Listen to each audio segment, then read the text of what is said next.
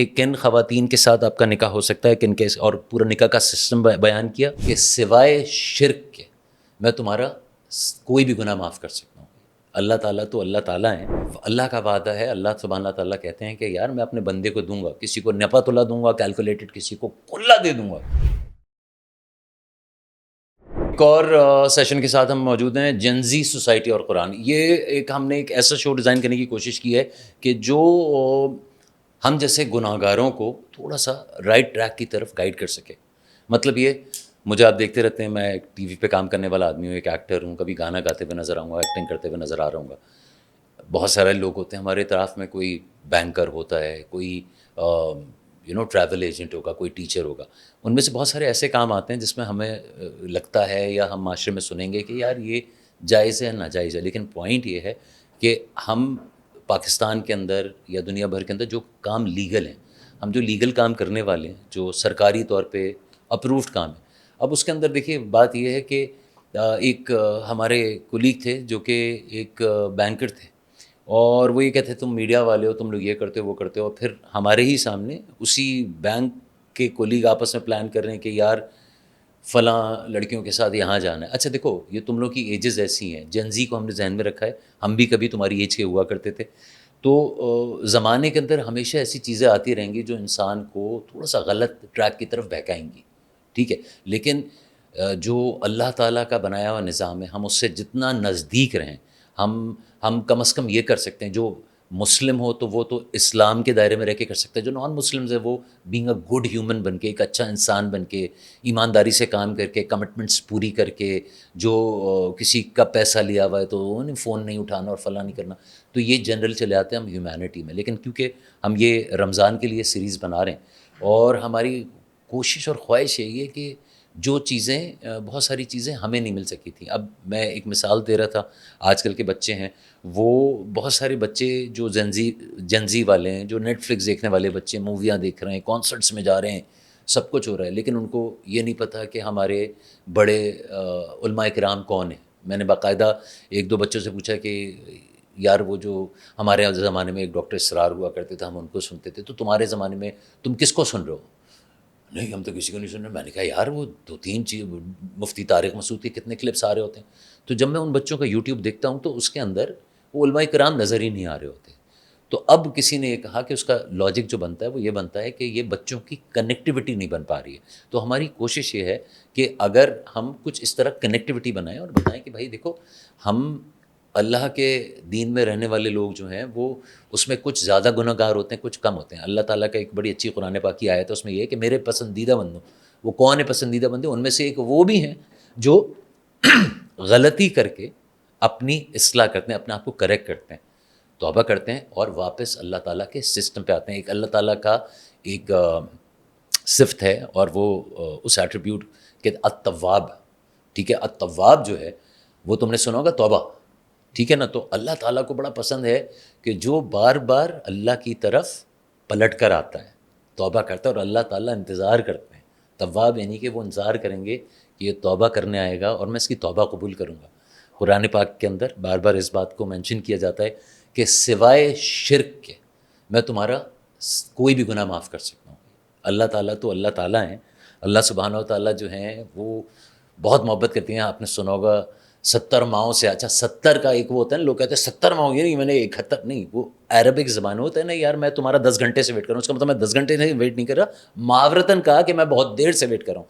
تو وہ 70 ماؤں عربک کے اندر 70 کا آپ کو کئی جگہ لفظ ملے گا، تو یعنی کہ 70 نہیں، یعنی کہ ان انفینٹی، ایک بہت ساری ماؤں کو جمع کر لو۔ تو اللہ تعالیٰ ہم سے اتنی محبت کرتے ہیں، اسی محبت کی وجہ سے بار بار کہہ رہے کہ ہاں میرے بندے، میں نے تمہیں بنایا ہے، تم غلطی تو کرو گے، غلطی مسئلہ نہیں ہے، اس غلطی کو ریئلائز کب کرو گے، اس کو سمجھو گے۔ جب تک میں تمہاری ایک بیماری ہوئی، مجھے درد ہو رہا ہے، ڈائگنوسس کریں گے، پھر اس کا علاج ہوتا ہے۔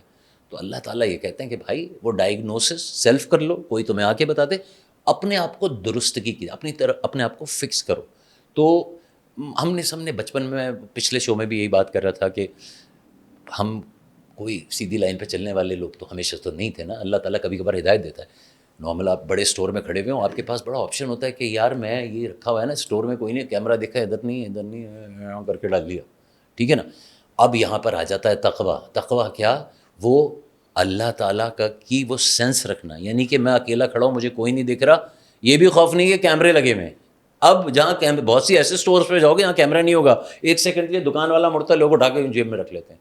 کتنی ویڈیوز گھوم رہی ہیں، کوئی جولری چرا رہا ہے، عورتیں بچے لے کر آئی ہیں، بڑی بڑی چادریں پہنی ہوئی ہیں، اس میں پورے وہ کپڑوں کی سیل لگی ہوئی ہے، دڑپ کر کے گھسا رہی ہیں. ہم مستقل یہ ویڈیوز دیکھ رہے ہیں. اب کیا مسئلہ ہے؟ مسئلہ کیا ہے کہ جب میں یہ سوچوں گا کہ مجھے دیکھنے والا یہ کیمرہ ہے، لیکن ایک وہ کیمرہ ہے بھائی پرماننٹ 360، کہ تم سو رہے ہو، تم جاگ رہے ہو، تم بستر پہ ہو، تم گاڑی میں ہو، بند کمرے میں ہو، غار میں بیٹھے ہوئے ہو، پہاڑی پہ چڑھ جاؤ، جنگل میں چلے جاؤ، وہ کیمرہ اللہ تعالیٰ کہہ رہا ہے میں تمہاری شہرک سے بھی زیادہ قریب ہوں. ٹھیک ہے نا؟ تو اب وہ کیمرہ تو ہم مس کر ہی نہیں سکتے. لیکن جملہ میں نے اس دن کسی کو مثال دی کہ ہمیں بچپن میں سکھایا کہ بیٹا اللہ توکل، اللہ پاک، اللہ سبحانہ و تعالیٰ کا وعدہ ہے وہ تمہیں دیں گے. ہم نے سیکھ لیا بھائی، چلے گئے. وہ توکل کہاں تک رہا؟ پہلی شادی تک، جب انتظار کیا کہ یار بوٹیاں ملیں گی اور آ کے لوگ ساری پلیٹیں بھر کے چلے گئے، اور آپ نے کہا ارے بوٹی میرے لیے تو نہیں بچی، تو آپ نیکسٹ شادی میں جائیں گے بھائی پہلے میں اپنی پلیٹیں بھر لوں. اب بچے کو سکھایا گھر میں توکل کرنا. زمانہ کیا سکھا رہا ہے؟ زمانہ بار بار آپ باہر نکلو گے آپ کو سکھائے گا گڑبڑ کر لو، خود کر لو بھائی، یہ کوئی کرنے والا نہیں ہے. تو زمانہ مستقل آپ کو پش کرے گا، دیر از ناؤز باللہ نو اللہ، دیر از نو توکل. تم ہو، تم نے اپنا راستہ خود بنانا ہے. تو یہ جب جو آدمی اس سوچ پر آتا ہے کہ یار دینے والی ذات وہ ہے، اس کا وعدہ ہے، میں اپنی روٹی نہیں چھین رہا. اور کچھ لوگ کہیں گے بھائی میں 2 روٹی چھین لوں گا، میں 3 دن سے بھوکا ہوں، میں آئی ڈیزرو اٹ، چھپا کے لے گیا، اس کا بھی حصہ، اس کا بھی، سب چھین کے لے گیا. تو یہ اللہ معاف کرے، ہم لوگ اس سچویشن میں نہیں ہیں. مثال کے طور پہ فلسطین کا دیکھ لو، ادھر کیا حال ہے. وہاں پہ تو وہ خبیث کیا کہتے ہیں ان کو، دوائیاں تک نہیں پہنچانے دے رہے، کھانے تک نہیں دینے دے رہے. ٹھیک ہے نا؟ تو اللہ معاف کرے، ہم لوگ تو بڑے بھرے ہوئے پیٹ لوگ ہیں، ہم نے تو وہ تکالیف و پریشانیاں دیکھی نہیں ہیں. تو ہمیں یہ سب سیکھنا ہے. تو ہم اس کے لیے کوشش یہ کر رہے ہیں. ہم کہیں یہ دعویٰ نہیں کر رہے کہ ہم عالم قرآن ہیں، ہم سیکھنے بیٹھے ہیں، ہم طالب قرآن ہیں. ہم یہ بھی بات کہتے ہیں کہ بہت سارے ہمارے معاشرے کے اندر ڈفرینٹ سیکٹس موجود ہیں، ڈفرینٹ فرقہ ہیں، ڈفرینٹ سوچیں ہیں.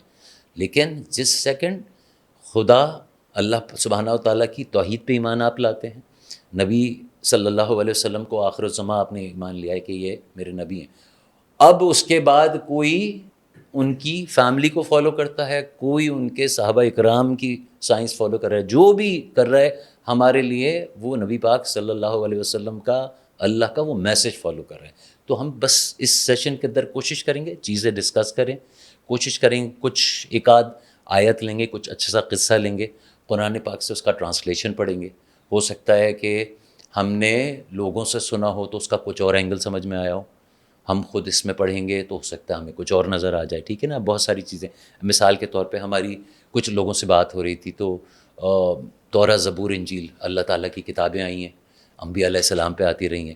تو ایک کسی نے کہا کہ بھائی وہ تو یوں تھی اور اس میں تحریف ہو گئی. بالکل ہو گئی. اللہ پاک نے قرآن پاک کی ایک آیت میں لکھا کہ ہم نے صرف اس قرآن پاک کو تمہارے لیے لاک نہیں کیا ہے، اب جو پچھلی کتابیں تھیں جب تم قرآن پاک کے لینس سے تورا، زبور اور انجیل کو دیکھو گے تو تمہیں سمجھ میں آئے گا کہ ہاں وہ اس میں لکھا ہوا ہے. انجیل کی ایک لائن ہے کہ 6 دن میں دنیا بنی اور 7ویں دن نعوذ باللہ اللہ پاک نے آرام فرمایا.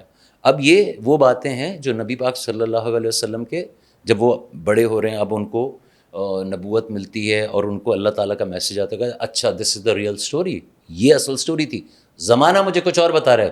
تو اس کا اب جواب آ رہا ہے کہ ہاں ہم نے 6 دن کے اندر دنیا بنائی اور آگے لکھا ہوا ہے قرآن پاک میں، اور اللہ پاک اللہ سبحانہ و تعالیٰ کو آرام کی کوئی ضرورت نہیں ہے. ادھر کیا ایڈیشن ہوا؟ 7ویں دن انہوں نے آرام کیا. بھائی دیکھو یہ تو ہماری لمیٹیشن ہے، یار تھک گیا 6 دن، یار 1 دن مجھے ریسٹ کرنا ہے. یہ انسان کی لمیٹیشن ہے. ٹھیک ہے نا؟ ہم دنیاوی بات کر رہے ہیں، ادھر ہم بات کر رہے ہیں اس ہستی کی جو ٹائم اور اسپیس اور یہ سب کو ایجاد کرنے والا، اس کو خالق، احسن الخالقین، یعنی کہ سارے کریٹرز کا کریٹر، سب سے بیسٹ کریٹر. تو یہ ہمارے سامنے کانسیپٹ ہے. میں کل ایک آیت پڑھ رہا تھا، مجھے بہت اچھی لگی، میں نے سوچا میں آپ لوگوں کے ساتھ شیئر کرتا ہوں.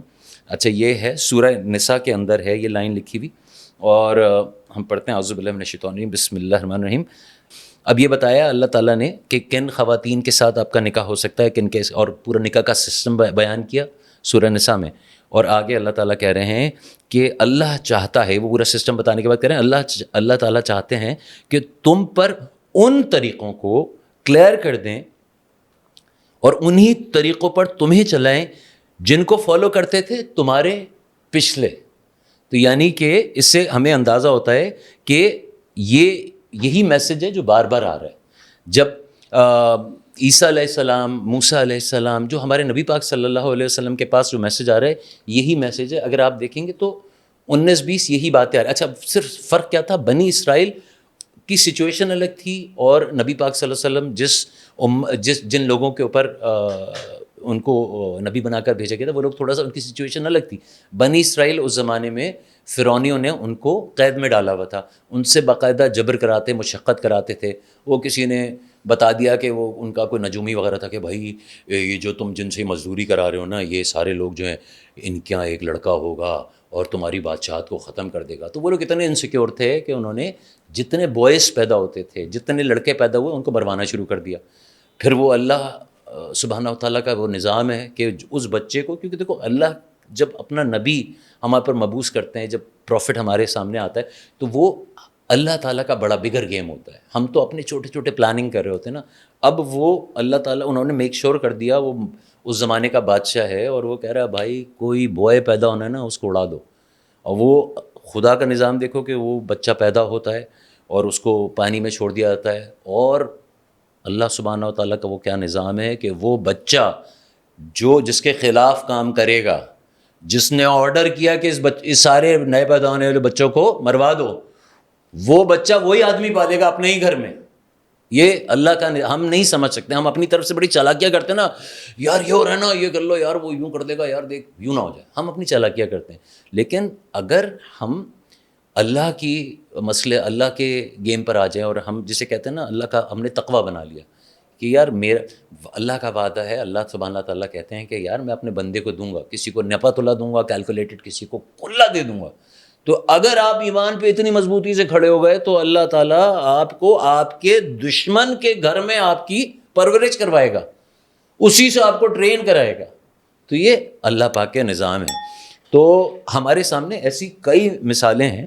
اور میں آپ کو اب دیکھیے نا، میں نے کہا نا کہ تقریباً یہ ساری وہی باتیں ہیں جو باقی انبیاء علیہ السلام، ملتے جلتے احکامات وہی ہیں.